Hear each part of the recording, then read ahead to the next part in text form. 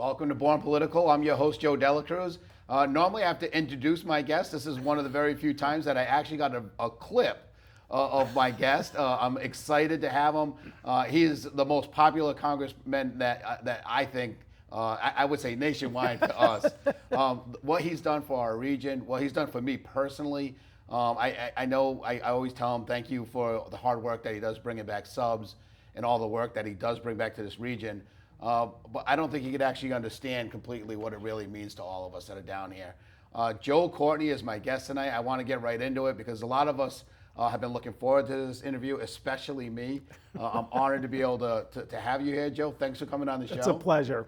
And, again, I'm a huge admirer of your great work in Hartford. And, I think you made a smart decision. I made a similar one. You did? After a couple terms when I was in the legislature representing the town of Vernon. And, it was hard because, you're not leaving under a cloud or you're not getting chased out. I mean, you're really, still, like, if anything, getting better at it. But, the thing that obviously I can point to is that stepping back to make sure my family was, in a good place, and I had a law practice that was also growing at the time.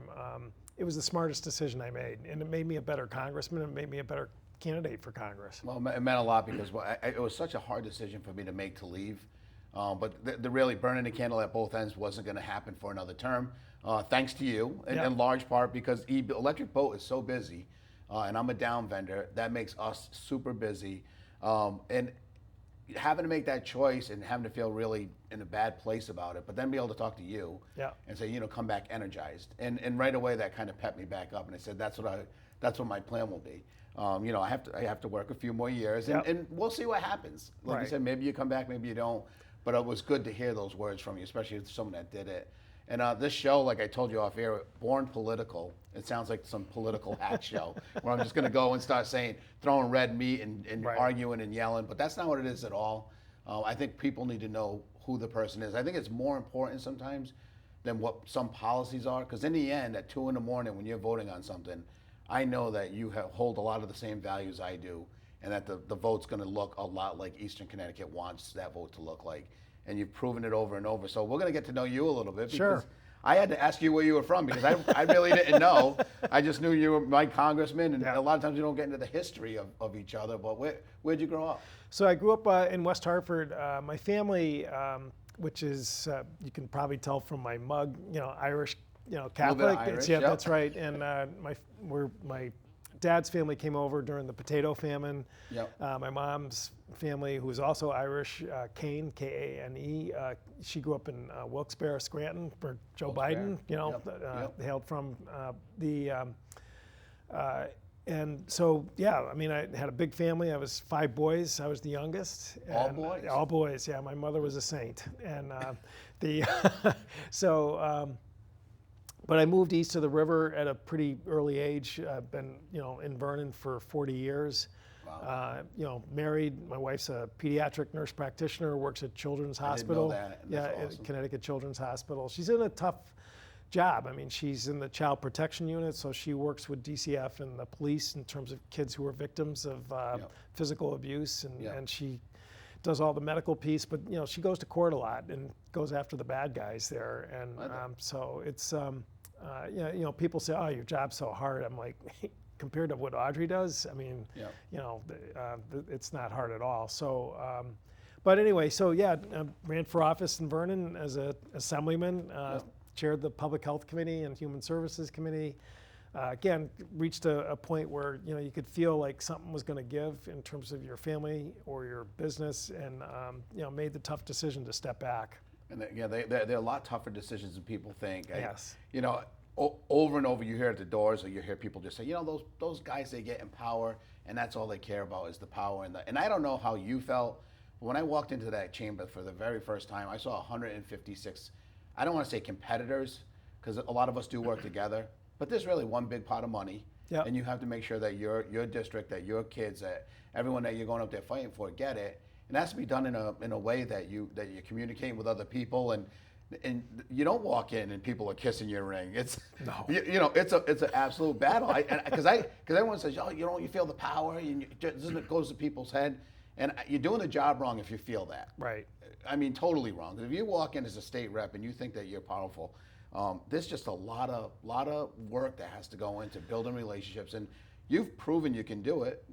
That's what I love most about you. You're not that lightning rod. I mean, I think people from both sides of the aisle, when they say, "Oh, Joe Courtney, I won't for this, won't vote for this or that." Oh, but Joe, I'll vote for, and that comes from both sides. No, and I, treasure that, but it's not a debate club. I mean, you're going in there because the body's job is to act and to produce real results, whether it's new laws or budgets, which and we come from a part of Connecticut, which in my opinion is the people are very pragmatic. They are not. They're very grounded in terms of just their lives, and their expectations are that they want their member of the General Assembly or Congress to work as hard as they do and stay focused in terms of just them, in terms of what is important to them. So when I got elected, as the video showed, EB was in a downward spiral. There was just no doubt about it. I mean, in its heyday in the Cold War, it was close to 30,000 people were working in that. Yes, yeah. So you remember it well. And when I took office, it was about 7,000 in Connecticut, and there was definitely going to be more layoffs if we did not get the procurement rate moving again. And so, we were very successful that first year, and it wasn't because I was dazzling people with my rhetoric. It was just because we really made sure to make good relationships and connections with the folks in the Armed Services Committee, but also the Defense Appropriations Committee. That was key. And Jack Murtha, who was the legendary congressman from Pennsylvania, Western Pennsylvania, 30 years in the Marine Reserves, served in Vietnam. We got him to come up to Groton, and he hadn't been there in 20 years. And we walked around there and got his commitment, and the bill made its way through both the House and the Senate. Senator Inouye, who was again another legend, he lost his arm in World War I in Italy. His parents were in an internment camp in California at the time because he was Japanese American.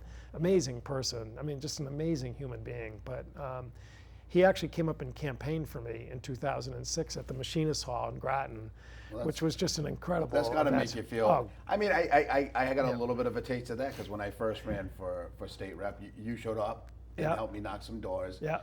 And really, I said, why is Joe Courtney here helping me? And I think a lot of it goes, just to transfer knowledge, even when you come to a door. Yeah. And me seeing that how much of a real person that you were, because I think most people think once they go to Congress, again, this is just this. To me, it's just a false pretense of what people are and become. We had the one guy come out at the doorstep and say, "Hey, all you guys do is vote yourselves raises."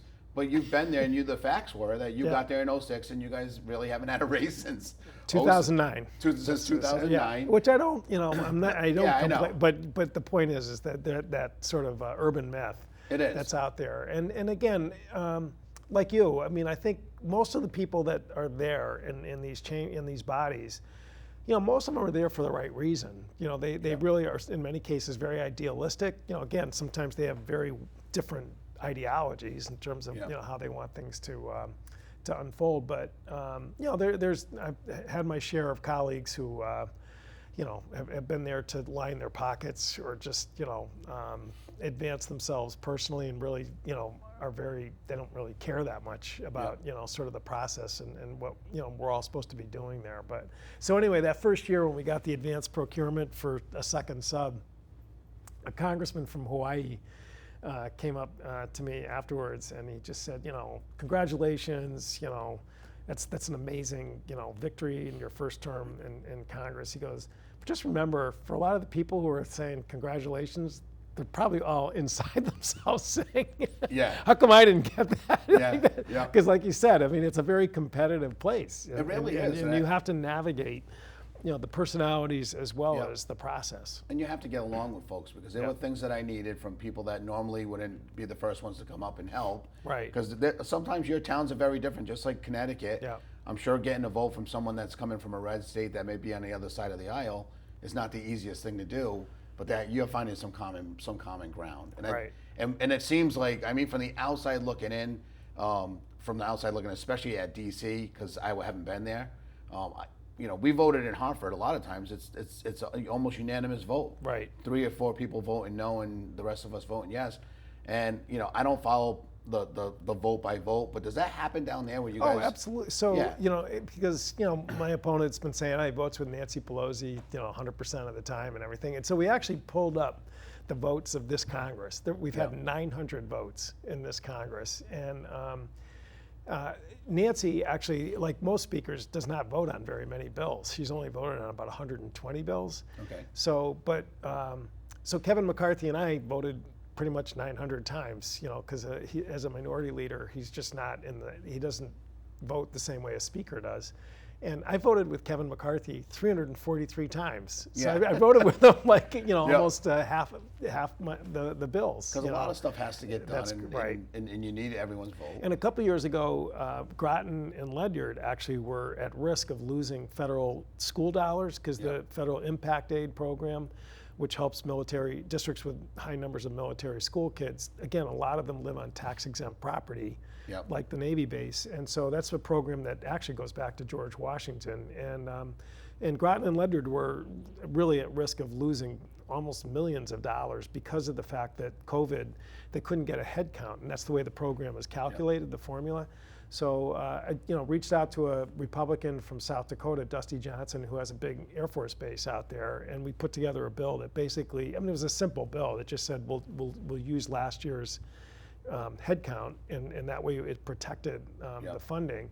And we got the bill to President Trump's desk, and we have it hanging in my office, which has got Nancy Pelosi's signature, Speaker of the House, and Donald Trump's.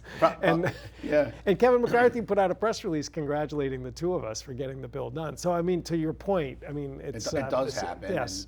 And I was at your debate, and your opponent was disappointed that you didn't get 3 subs. Right. And being, for me to be in the audience and hear something like that, it's exciting to even hear that there could be 3 subs, but in my mind I'm thinking, we really don't have the infrastructure. We're still, and a lot of the work you did with the pipeline and us getting even ready, the fact that we're even able to man the jobs that we have currently has been an amazing feat. That I think the state legislature and the feds, we got together and we've taken care of that.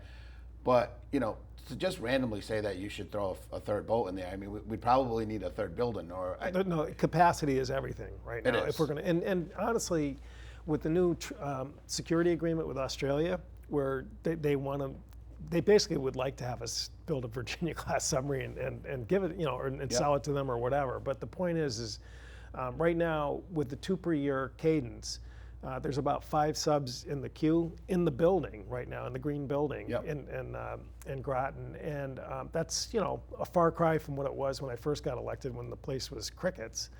That's in there. But so again, there's a backlog that's built up. Plus we have this new program, which we just did build the new facility, the South Yard building, which was, Columbia class. And that thing is, just. And we've already, as a down vendor, we've already been seeing that work come.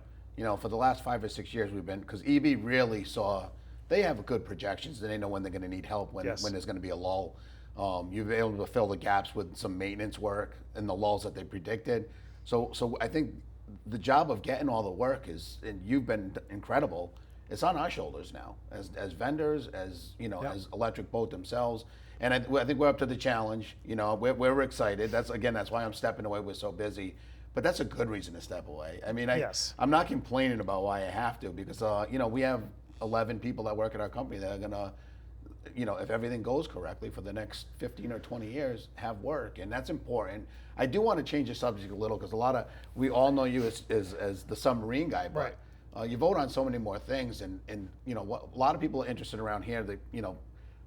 Your opponents and a lot of folks on the other side of the aisle say, "Oh, vote for them." There's just no way that Roe v. Wade is, we just want to get it back to the states, or we just want to do. Right. Now, federally, there's ways that this could go really sideways. Yes. So again, the court only ruled that there was no constitutional right to an abortion or under the rules of Roe v. Wade. And so once that happened, that just sort of blew up the sort of national framework that sort of governed this decision for 50 years.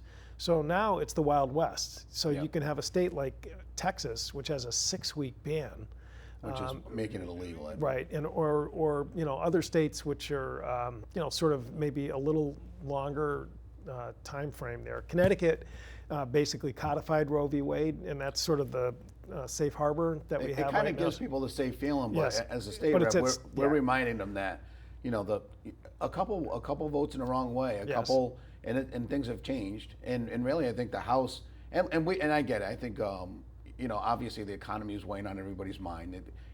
Right. Even you have a great job at EB, you notice the gas going up, you notice all these things. But I think, and I tell all my friends that this is a global phenomenon. I mean, the Britain has been ruled by, to me, a very conservative party for a very long time, and they're going through it worse than we are. Totally. Sometimes there's the ball that you can't catch, and you have to do things that will help you get closer. Right. But you're just going to have to deal with some of the consequences, and we're tightening our belts. I know in our house, and I know a lot of our friends are. But the rhetoric of it's all our fault. I mean, and it's hard to say because you're in power. Right. It's hard to say, well, it's not my fault. And they're like, well, I don't really care because it was good before. I mean, what I think is important for people who are in office is to start working on solutions to try and bring down the cost of living. And what's really just kind of almost, ludicrous is that Kevin McCarthy, who, blasts Biden for this, has put out absolutely nothing. Yes. In terms of an actual solution or my opponent. One real quick point on the Roe v. Wade issue is that because when Lindsey Graham put out a bill saying we'd have a national ban on abortion after 15 weeks, I mean that would blow up Connecticut's law. I mean, and that's what the point that I think is really important for people, like Bob Stefanowski. Oh, Connecticut, we're fine. There's nothing. No, that's not true. If Graham gets his way, which my opponent said he would vote for, I mean, then, again, 50 years of privacy law in Connecticut would be capsized. In terms of the cost of living, again, I think the one thing that Congress just did and the president signed into law is the prescription drug provision, which allows the government to negotiate lower prices. We're going to start seeing the benefits of that starting in January. Kevin McCarthy called that a democratic socialist drug takeover, and wants to just blow it up with his commitment to America. And so not only does he not put forward solutions in terms of the cost of living, his agenda actually would make it worse. It would, and their solution to everything is always, to me, to go to the corporations and go from 35% tax down to a 21%, and they think, and guys that I talk to that are on the opposite side, again, and this is how we think, and I think people go there with the same intention of making the place better, but they absolutely think if you give even more to the corporations that it will trickle down. I think we've known over the years that it doesn't, and I think the problem with politics is neither side gets to see something completely blow up because power changes and you kind of pull back a little, go back and forth. But we know our economy does better when people at the bottom are doing better. We know those are just facts of the economy. We saw what happened to Britain when they talked about the policy she put up was to give huge tax breaks. It almost collapsed the economy in a week because everybody knows what that really ends up being. And to me, when Trump got in and they signed that big tax break, there were 1,300 billionaires on the planet. And just it's 6 years later, there's 2,600 billionaires. Money is drinking water in my mind. And before there was this much drinking water for the rest of us and this much on earth, and all we're doing is tightening it up. Right. And when people are all drinking out of the same pond, it starts to get a little tight. And things, and things don't happen good for us down on bottom. And if the solution can't be that. I have friends that are so upset about the college, the payment. Oh, we're paying for people's college, we're giving them everything. But I don't like the direction of our country where we have a lot of young kids who are making conscious decisions to not go to college, and we've also been pushing the trades, and I believe in that. Right. But I think we're going to regret in 20 years when we're looking at somebody that's fixing our kitchen sink as a plumber, or they're doing the electrical in your house, and they were bright enough and had the passion and wanted to be a nurse or a doctor, and didn't because they couldn't afford it. Because we're already short on nurses, and we have people young kids that are saying, well, I don't want to do that because if I go into plumbing, I won't owe any money to anybody. I would rather be a nurse. But I think I could live with this, and that's tough. Yeah, no, I mean, there's a demand for people with 4-year degrees or post-college degrees, and medicine, as you pointed out, but engineering, we obviously, I think are in a real transition point in terms of our energy systems, and by the way, we also need people in the liberal arts in terms of being able to promote, communication skills. Those are so important as well. Again, the Republican platform, and I'm on the Education and Labor Committee, really is to do absolutely nothing in terms of trying to even allow borrowers to refinance their student loan debt, which, I mean, to me, that should be an absolute no-brainer. Everybody with a high interest rate up until recently on their homes was refinancing, and that's the American way in terms of trying to put more money in people's pockets. So again, actually, I'm working with Michael Bennet from Colorado, the senator out there, about basically saying we're just going to get rid of interest on student loans. I mean, it's federally held debt, and it was never that interest was never intended to be a windfall, for the Treasury. And other countries have no interest student loans. You pay back the principal, but you don't get into this really. Well, I'm in advanced technology, advanced manufacturing. I can tell you, I'm not quite sure what people are going to be doing with their hands. Right. There's machinery right now that people don't realize. We have a couple machines at Hillary that replaced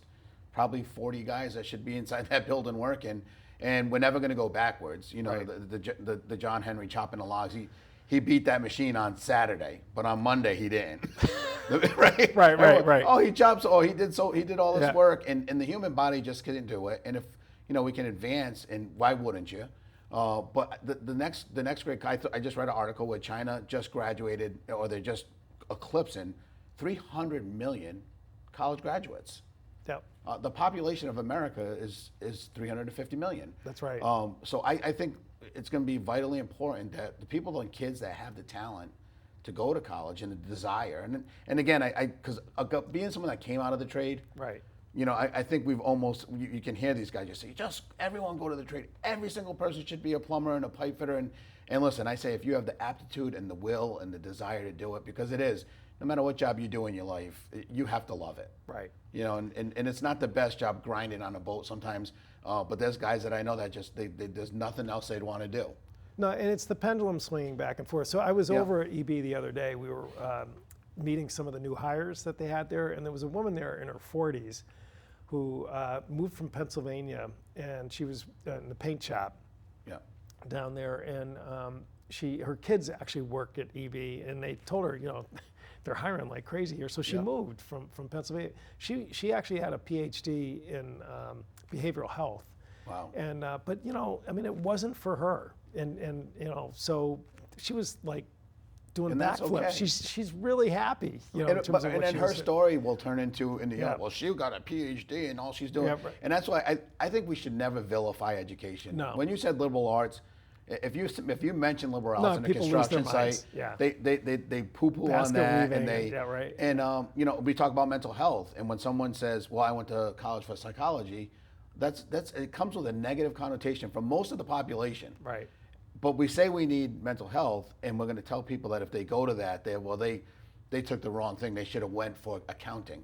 Well, not everyone should be an accountant, and guess what? We need mental health professionals more than we ever had in our country, and I think we're seeing that. And I think a lot of it ends up being greed. I think in our country we're greed-driven. And everything's about the money. And what even makes me sad is they do this mad dash to Florida. They get their retirement, they spike the football, and they leave, and all of a sudden, well, we're going to get a big enough house where the grandkids can come down and visit us once a year. Well, you know what? When I grew up, I could always go to my grandmother's house and walk there after, and she'd be part of the daycare situation in our family. Right. And something that used to be normal is almost shameful now. Like if you go to Italy, or I think you go to another country, I think they're still very family oriented where you go, and we've gotten away from that. Like our society is almost like, let's get our little piece of the pie and get away, and it's like it's a dream. It used to be my dream. It's not my dream anymore. Right. I see what it does to families. I see when grandma and grandpa leave and they're down in Florida, because I needed the help. I'm so fortunate. My mom and dad are still up here, and I met your father, and he's a great guy. Oh yeah, and my mom's just. I'm sure. Oh yeah, she's. You would know. You definitely know who she was if you saw her just by walking in the room. she's just But like. the bottom line is, the problem of, trying to rebalance our education, job training, all that, we can do that. I mean, it's just like, the notion that it's like, it's got to be one or the other, or, I mean, no, it doesn't, and it's just a question of, again, we definitely lost focus in terms of just, key occupations in the trades, construction trades, and, but there's no question that we're now starting to see real uptick in terms of interest. And the manufacturing pipeline program, which I will foot stomp the fact that the state helped fund some of those slots, and you voted for those budgets.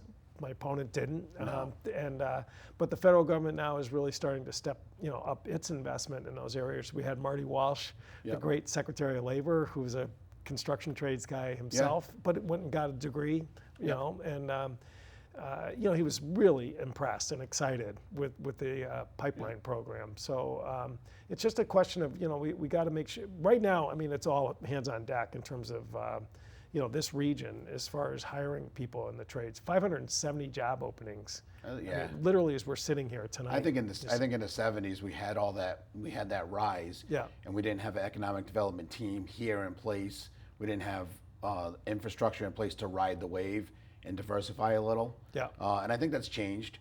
I think there's a lot of little smaller businesses that are different that'll stick around even in a dip in some rebuilding if it's 30 years from now.